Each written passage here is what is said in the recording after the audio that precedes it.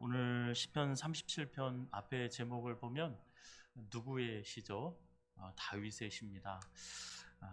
사순절 네 번째 주, 이제 사순절이 점점 더 고난주간이 다가오는데, 오늘 예수님은 다윗의 후손으로 오셨는데 이 시편의 고백을 통해서 사순절에 예수님의 고난을 함께 묵상하는, 그리고 제가 받았던 그 은혜를 함께 나누는 시간이 되었으면 좋겠습니다. 다윗은 그 아주 작은 마을에서 정말 이 다대포보다도 더 촌입니다. 그곳에서 태어나서 양을 치고 있었죠. 양은 겉에서 볼 때는 하얗지만 가까이 가면 냄새도 나고 지저분하고 그렇습니다. 짐승과 함께 지내면서 그래도 어렸을 때 하나님이 주신 달란트가 있어서 시도 짓고 또 연주하고, 우리로 치면 시골 아이가 글재주가 있고 또 노래도 잘하고, 그래서 동네 이제에서 노래도 하고 학교에서도 그런 칭찬을 받을 만한 문학소녀 이름처럼 이렇게 자라다가 어느 날 갑자기 나라에서 난리가 났어요. 그래서 형들은 전쟁터에 갔는데 그 아버지 심부름하러 갔다가 전쟁에 휩싸이게 되죠. 그래서 정말 어제까지는 생각지도 못했던 일이 벌어집니다. 이 소년이 골리앗을 때려 눕히는 거예요. 그 다음에 이스라엘 백성들이 어떻게 하겠습니까? 모든 전쟁에 다윗을 앞세우겠죠. 그 지위를 줍니다. 군을 통솔하고 지휘할 수 있는 지위를 줘서 또 하나님 은혜로 가는 곳마다 또 전쟁에 승리하는 거예요. 그러니까 재주도 있겠다. 온 백성들에게 인기도 있겠다. 최고의 신랑감이죠. 그러면 누가 탐내겠습니까? 누가 찜하겠어요? 왕이 찜하겠죠. 그래서 내 딸을 너한테 주마. 그래서 사위가 되죠. 이 촌동네에 어린 아이가 군대 장군이 되더니 이제는 왕의 사위가 됩니다. 왕실에서 이제 살아가는 거예요. 그렇게 천지가 개벽할 정도로 변합니다. 결국에는 또 뭐가 됩니까? 왕이 돼요. 왕은 정치하는 사람이거든요. 뭐 별의별 일들이 다 벌어집니다. 그래서 뭐 갖은 오해와 또 사울 왕이 장인이 이 사위를 잡아 죽이려고 그러죠. 그래서 10년 넘게 도망 다니다가 또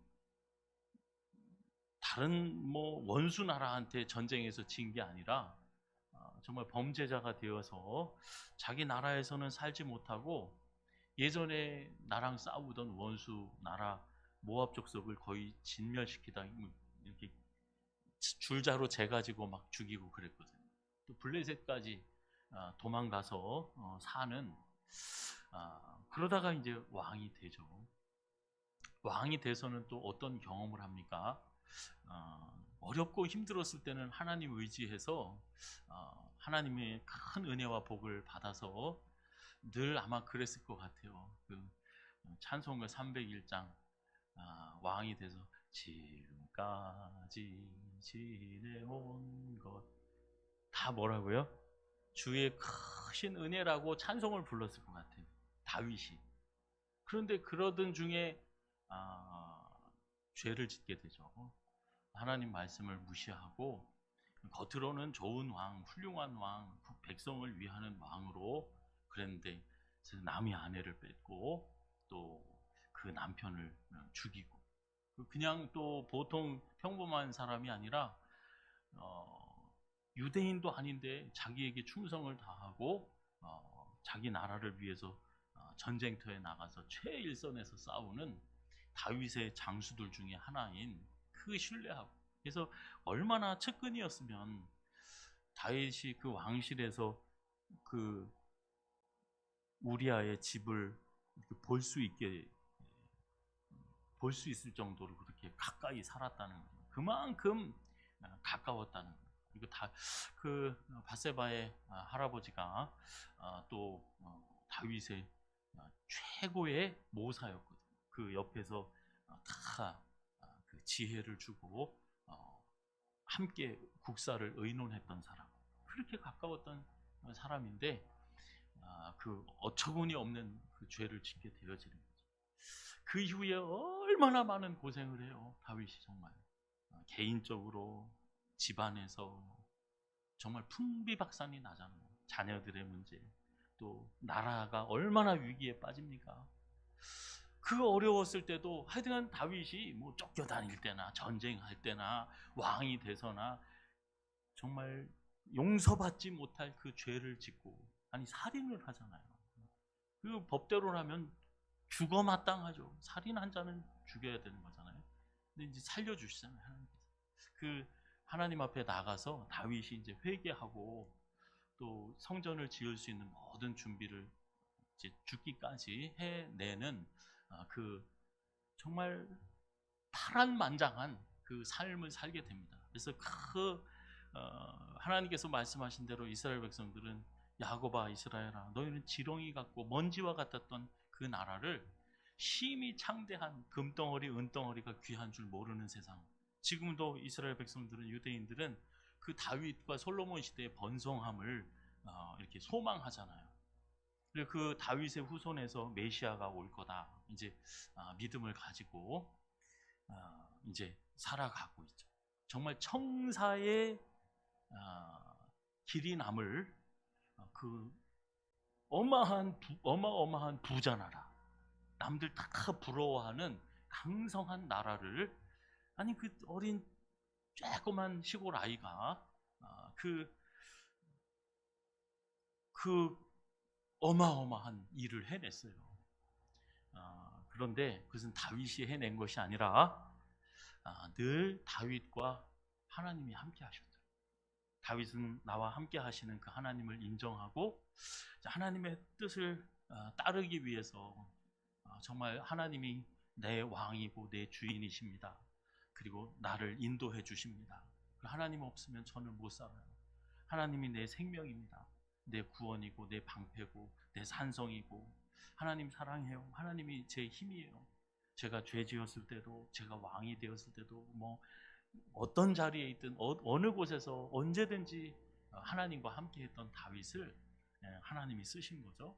그 다윗이 이제 이렇게 고백을 합니다. 오늘 본문의 내용은, 우리가 읽은 본문 37장 안에 읽은 내용의 본문은, 악인은 잎이 무성하게 번성하는 것 같지만 곧 사라질 거다. 그러니까 악인의 미래는 있다 없다? 없다. 그런데 하나님의 사람, 온전하고 진실한 사람, 그리고 모든 평강의 사람, 그 사람들의 미래가 있다. 화평한 자, 온전한 사람, 정직한 사람, 모든 화평한 자의 미래가 있죠. 이 사람들, 이 의인의 미래가 있는데 그 미래는 뭐라고요? 평안이다. 하나님의 나라는 의와 희락과 평강이라고 그러셨거든요. 평강의 왕이 다스리시는 하나님 주시는 은혜와 평강, 그 영원한 삶과 영원한 평강의 주인공, 미래가 있는 사람들은 누구냐? 그 사람들은 의인이다. 의인에 대한 하나님의 복과 그 악인에 대한 심판을 다윗이 이야기하고 있습니다. 그런데 여러분, 그 모든 그 문학 작품들, 소설이나 뭐 연속극이나 그런 것들을 보면은 주제가 거의 천편일률적으로 어쩔 수 없습니다. 악인과 의인의 대결을 주제로 삼습니다. 그래서 누가 이겨요? 결국에는 선한 사람, 착한 사람이 이기잖아요. 왜냐하면 저와 여러분, 이 세상의 모든 사람들이, 보세요, 여러분, 착하고 진실하고 정말 바른 사람이 잘 돼야 되는 거죠. 아주 못되고 막 남 괴롭히고 거짓말하고 막 악한 일을 하는 사람이 잘 되면 안 되는 거잖아요. 근데 착하고 선한 사람이 가난해지고 못 살고, 악한 사람이 잘 되고 형통하고, 세상에 그러면은 어떻게 됩니까? 답답하죠. 그리고 막 다 괴로운 거예요. 뭐 세상이 이럴 수가 있어. 뒤집어졌으면 좋겠어. 뒤집어지는 일이 생기는데 어떤 때 생기느냐? 마패를 들고 암행어사 출두요. 그러면 지금까지 나쁜 짓 했던 사람들은 막 저 뭐예요? 저 마루 밑에 숨고 막 도망가다가 포졸한테 잡히고 와서 막 바들바들 떨잖아요. 그리고 정의로운 왕의 그 심판이 그 어사로부터 이제 내려지는 겁니다. 근데 진짜 암행어사, 만왕의 왕이신 하나님의 아들이 우리 가운데 오실 때 그 정의로운 심판이 이루어져요. 이 세상에서는 유대인들이 그랬어요. 예수님 당시에도 암행어사가 출도해야 되는데, 그 암행어사가 누구예요? 메시아. 공의로 심판해 주실 분. 이런 억울한 일, 답답한 일이 없이 정말 선한 사람들이 잘 되고 악한 사람들이 멸망하는 그런 세상을 만드실 분이 오셔야 되는데 아직 안 오셨고, 그런데 왔다는 사람들이 많았거든요. 내가 메시아다. 그런데 그 사람들 말과 행동을 보니까 더 답답해.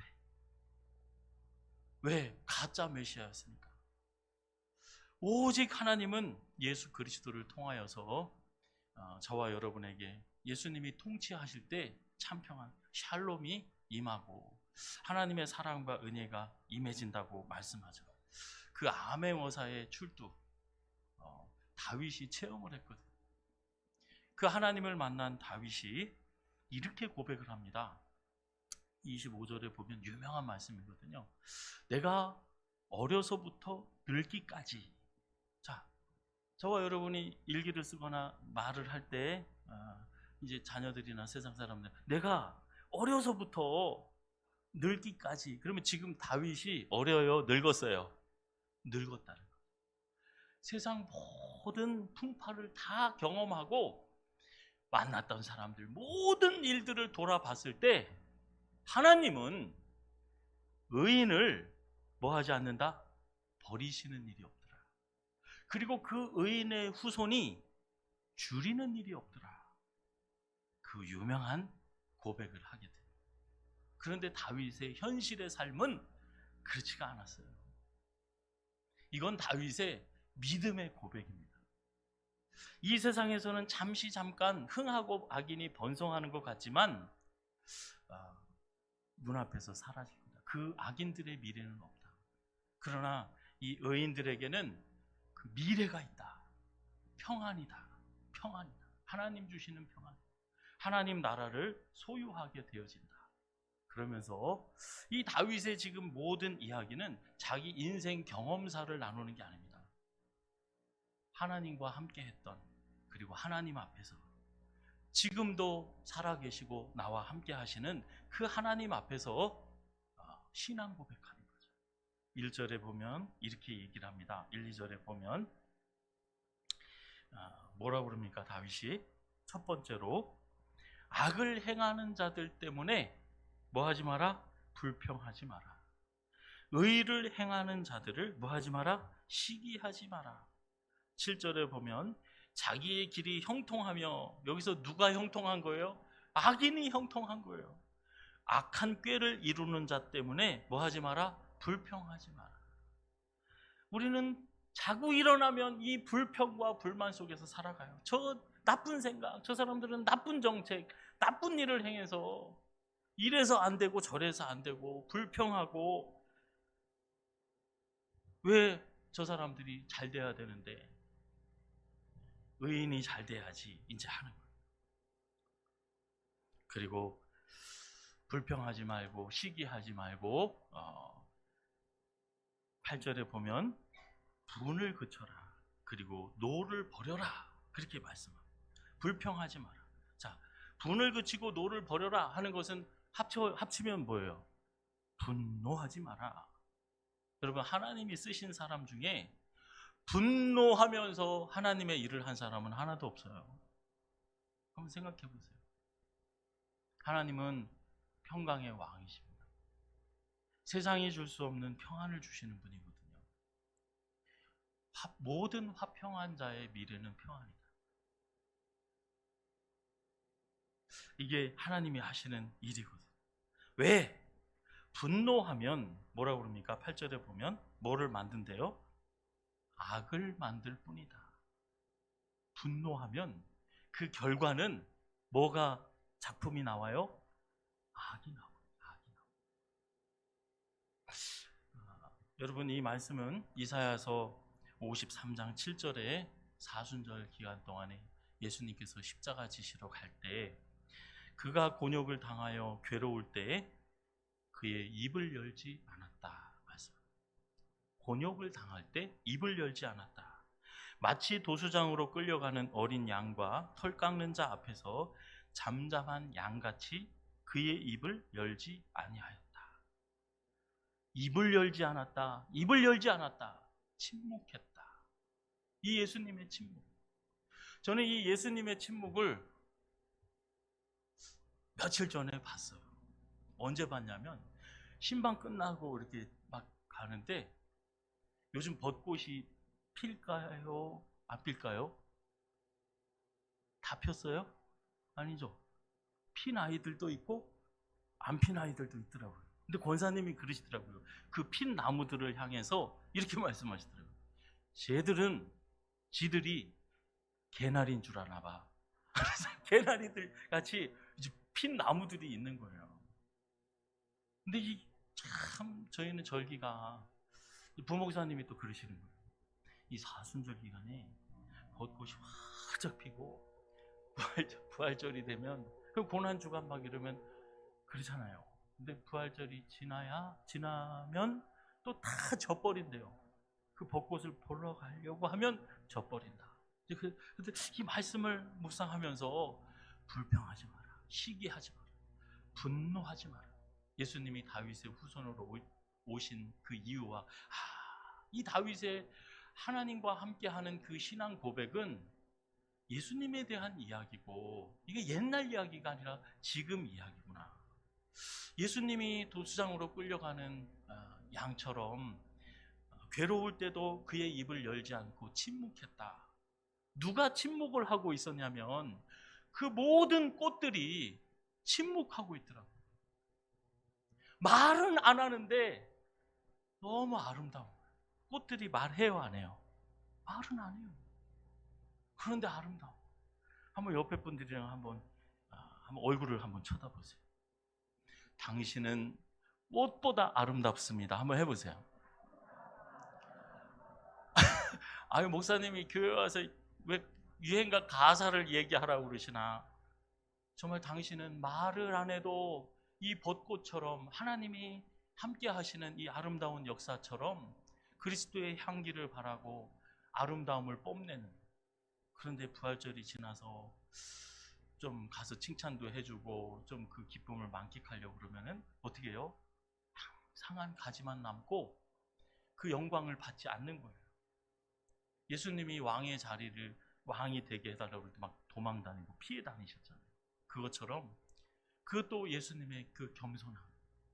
여러분, 이 사순절 기간에 예수님의 그 침묵이 무엇인지, 예수님의 그 겸손함이 저와 여러분의 것이 되어서 이 세상의 벚꽃들처럼 말은 안 하고 침묵해도 십자가를 지고 가시는 그 예수님이 그 입을 열지 아니하셨다. 그 입을 열지 아니하셨다. 그러나 우리의 구원을 이루시고 하늘의 영광이 우리의 것이 되어진 것처럼 그 아름답고 복된 사명이 저와 여러분의 것이 되어지기를 예수님의 이름으로 축원합니다. 두 번째로 다윗이 뭐라고 얘기를 하냐면 뭐라고 얘기합니까? 주의 도를 지켜라.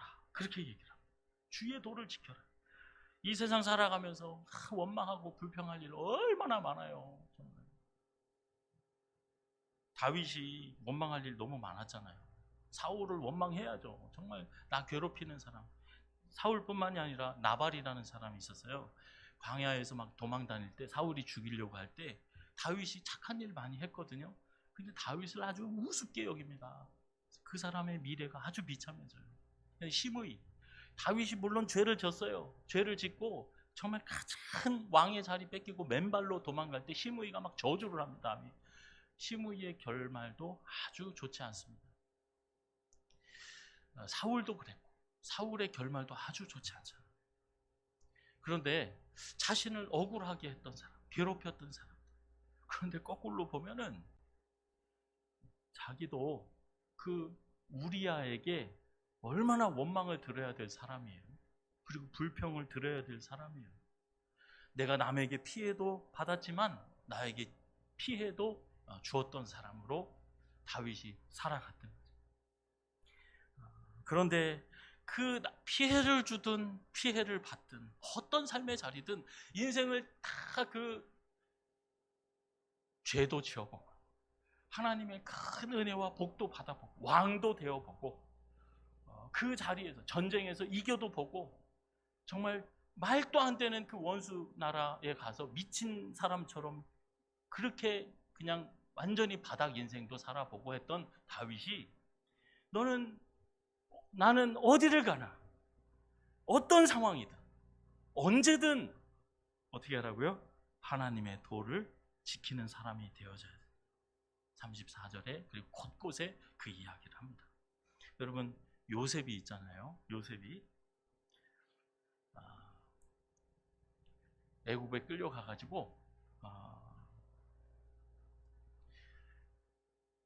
시위대장 집에 가서 가정 총무를 하죠. 그러는데 일생일대 어마어마한 사건이 생깁니다. 그 집 마나님이 이 외로운 요셉에게 젊고 외로운 얼마나 외롭겠어요. 부모 형제 떠나서 아무도 비빌 언덕이 되어줄 사람이 아무도 없어요. 그런데 그 집 마나님이 요셉이랑 같이 살재요. 저는 이 이야기를 그 여인의 입장에서 한번 이렇게 봤어요. 그랬더니 제가 만약에 그때 요셉이었으면 생각할 거 아닙니까? 이 여자가 왜 이래? 이게 나를 유혹하는 건가? 한편으로는 그렇게 생각할 수 있어요. 이거야말로 진실한 사랑이다. 진실한 사랑. 왜? 그 여인은 생명을 건 거예요. 자기 자리 다 건 거예요. 요셉에게 접근했어요. 야, 결혼 관계, 모든 사회적인 지위, 편견, 모든 걸 극복하고 나를 사랑한단다. 이거야말로 진실한 사랑이야. 하나님이 주신 할렐루야 하고 세상 사람들은 그 유혹에 빠질 수도 있어요. 그런데 저의 입장으로는 두 가지를 한번 생각해 봤어요. 첫 번째, 저라면 그랬을 것 같아요. 내가 싫어요. 저 여자가 나를 원하지만. 그러면 주인한테 갑니다. 가서 내 진실을 알려주는 거죠. 주인한테. 주인님의 아내는 주인님 옆에 있을 때는 여보 사랑해요 하지만 사실은 저를 유혹하고 있습니다. 저 병풍 뒤에 숨어서 보세요. 그리고 얼마든지 요셉은 그 함정을 파놓고 그 아내의 내가 잘못한 것이 아니라 아내가 나한테 빠져 있다는 것을 증명할 수 있었을까요? 없었을까요? 틀림없이 있었어요. 왜? 그 아내는 요셉한테 빠져 있고 완전히 빠져 있어요. 아니 제정신이 아니잖아요. 그거 밝혀지면은 자기 모든 건 내려놔야 돼요. 죽어야 될 거예요. 목숨을 건 사랑을 하는 거예요, 이 여인은. 그런데 요셉이 그러지 않아요. 그러면은 저라면 그랬을 거예요. 그러면 그 주인한테 더 신임 받았을 거 아니에요? 근데 요셉은 미련한 짓을 합니다. 그냥 넘겨요. 그 일을 안 해. 그리고 어딜 가요? 감옥에 가요. 얼마나 억울해요. 불평하고 하나님이 살아계시다면 이럴 수 있습니까? 그럴 수 있겠죠. 그런데 여러분, 우리 하나님은 다 지켜보시고 모든 것이 합력하여 선을 이루게 하시는 우리 하나님이신 줄로 믿습니다. 그렇기 때문에 우리는 어떤 상황, 감옥에 있든지 궁궐에 있든지 누구의 도를 지켜야 한다고요? 주의 도를 지켜야 합니다. 아무도 안 보는 것 같지만 다니엘이 그랬거든요. 이미 나라가 망했어요. 예루살렘 성전에서 예배 드릴 수도 없어요. 왜? 폭삭 무너졌는데. 그리고 본인은 바벨론의 포로로 끌려갔어요. 그러나 우상에 절하지 않아요. 그곳에는 왕부터 시작해서 온 백성들이 다 그 우상에게 절해요. 그래서 다니엘은 절하지 않아요. 왜요? 하나님의 도를 지키기 때문에. 어떤 사람들은 교회에서는 종 노릇합니다. 회사에 나가서는 왕 노릇합니다. 교회에서는 예배 드리는데 회사에 가서는 돼지머리 놓고 고사 드립니다. 왜? 오너가 제사 드립니다. 먹고 살려면 그렇게 해야 되는 거예요.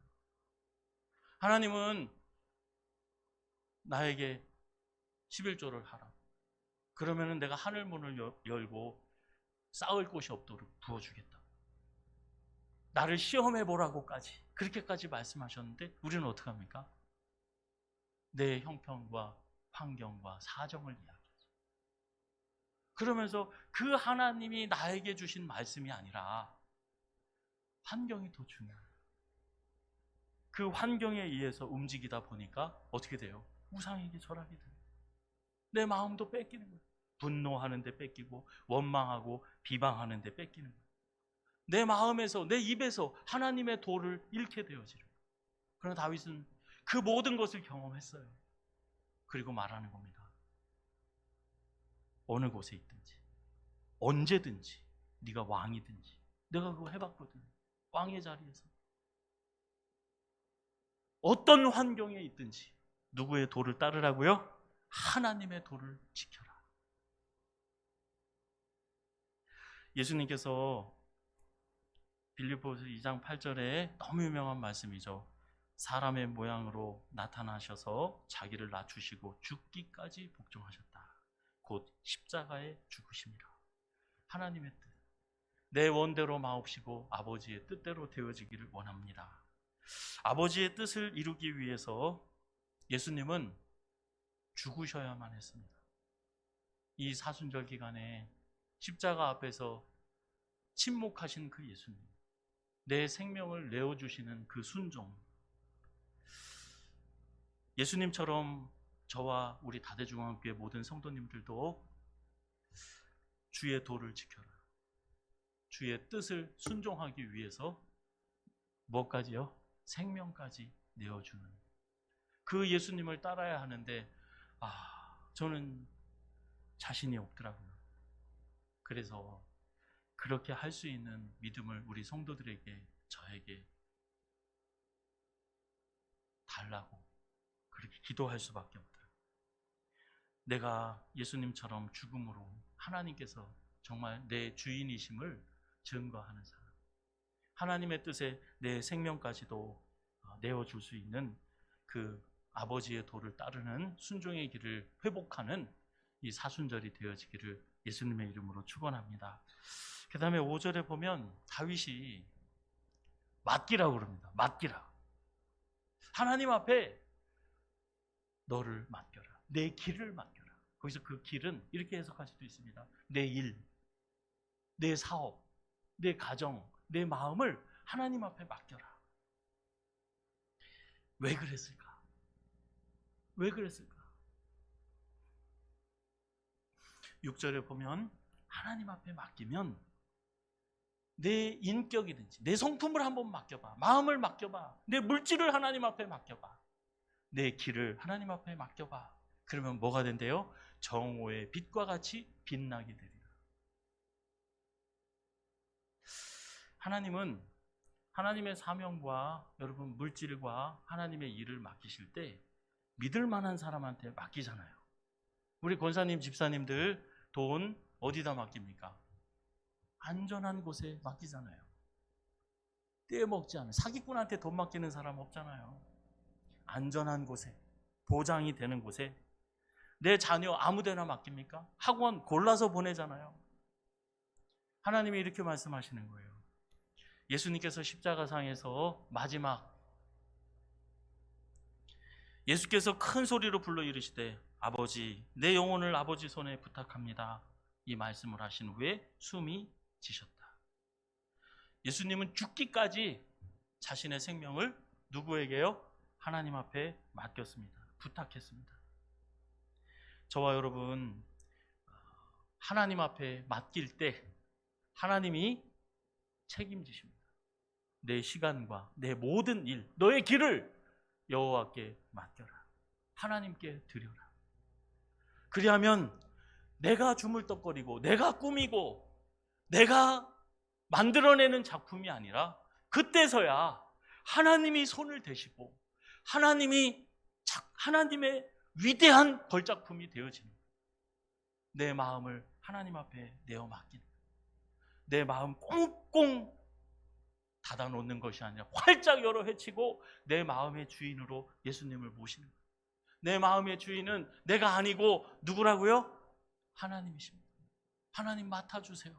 내 자녀들 하나님 앞에 드립니다. 내 재능 보잘것없지만 책 몇 권 읽은 것밖에 없지만 하나님 제 시간, 제 달란트 하나님 앞에 드리겠습니다. 맡기겠습니다.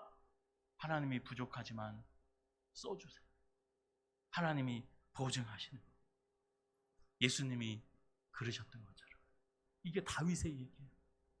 예수님이 하신 일. 하나님 앞에 맡기는 일.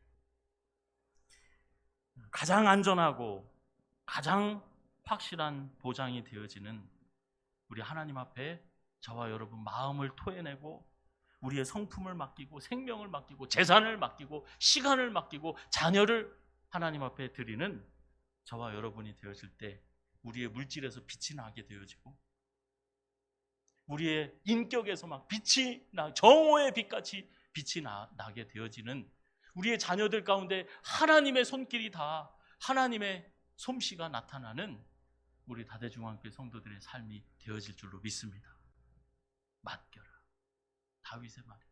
내가 어려서부터 노년에 이르기까지 내가 경험한 원망하지 마라. 그리고 어느 곳에서나 하나님의 도를 지켜라. 하나님 말씀 순종해. 누가 보든지 안 보든지.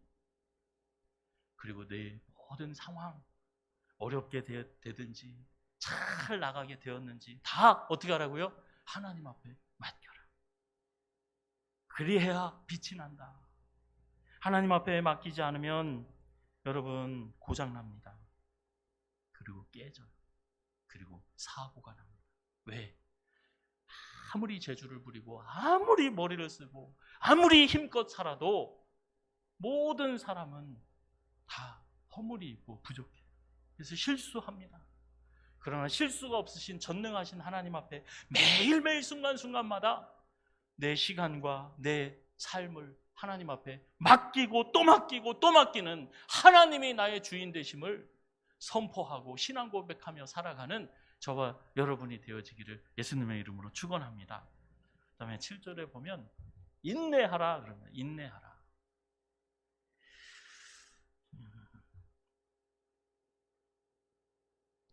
아름다운 꽃과 열매들이 인내 없이는 이루어질 수가 없었겠죠. 히브리서 12장 2절에 보면 믿음의 주요 온전하게 하시는 이인 예수를 바라보자. 그 예수님은 앞에 있는 기쁨을 위해서 십자가를 참으셨다. 참으셨다. 예수님이 참으셨어요. 모세에게 나타나신 우리 하나님께서 출애굽기 34장 6절에 보면 여호와께서 그 앞을 지나가시면서 선포하여 이르시되 여호와라 여호와라 자비롭고 은혜롭고 노하기를 더디하는 인자와 진실이 많은 하나님이다. 하나님이 뭐 하시는 분이라고요? 인내하시는, 노하기를 더디하시는. 베드로가 하나님을 만났어요. 제가 몇 달 전에 말씀 나눴던 것 같아요. 야, 베드로가 만난 하나님은 이런 하나님이었구나. 베드로가 하나님에 대해서 이렇게 얘기합니다. 베드로 후서 3장 9절에 주께서 너희를 대하여 오래 참으사. 하나님께서 이 나 베드로에 대해서, 다윗에 대해서, 우리에 대해서 뭐 하시는 분이라고요? 오래 참으사. 아무도 멸망하지 않고 다 회개하기를 원하신다. 하나님은 한 사람도 멸망하기를 원하시는 분이 아니십니다. 우리 모두가 회개하고 하나님 앞에 돌아오기를 한 사람 한 사람을 오래 참아주시는 하나님이십니다. 사도 바울이 고린도전서 13장에 사랑장에 사랑은 오래 뭐하죠? 참는다.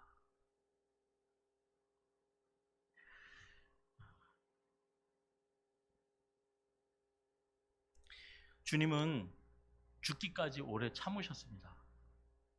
그리고 왜 그러셨을까? 그게 사랑이니까. 그죠? 사랑이니까. 그리고 하나님이 사랑이시고 오래 참는 분이시기 때문에. 마지막에 예수님이 심판 때에 그 말씀 하신다고 그랬어요. 잘했다. 충성된 종아. 창세전에 아버지께서 예비해 놓으신 그 복된 자리로 너희는 가라. 그때 충성하고 그 복받는 사람들의 일이 무엇일까? 저는 이 말씀일 것 같아요. 예수님이 마지막에 부탁하셨잖아요. 얘들아, 내가 너를 사랑한 것 같이. 그 사랑은 오늘 말씀에 보면 뭐 한 거예요? 오래 뭐 한 거예요? 참 회개하고 돌아올 때까지. 내가 너를 오래 참아준 것처럼 내가 너를 용서하고 내가 너를 사랑한 것 같이 너는 어떻게 해요? 서로 사랑해라.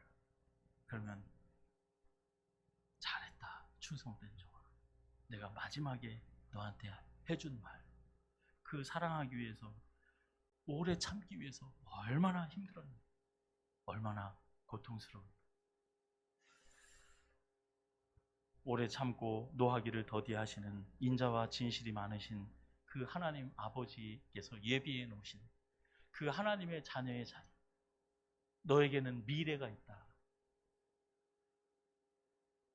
하나님이 약속하신 그 영원한 생명과 평강과 은혜의 자리를 주시는 것처럼 이 사순절 기간에 이 하나님과 예수님의 인내 도대체 어디까지일까? 그 예수님의 침묵, 예수님이 생명을 내어주시기까지 아버지의 뜻, 아버지의 도를 지키는 삶, 그리고 나 자신의 삶을 하나님 앞에 맡긴다는 이 사순절 기간에 이 은혜가 다윗이 일생토록 경험하고 체험한 삶 가운데 후손과 우리에게 전해주고 다윗의 말이 아니라 하나님께서 그 모든 경험을 한 다윗을 통해서 저와 여러분에게 주시는 이 사순절 기간의 은혜와 축복의 말씀이 우리의 마음과 우리의 인간 관계와 우리의 가정과 우리의 교회 안에서 온전히 회복되어지는 복되고 복된 사순절이 되어지기를 예수님의 이름으로 축원합니다.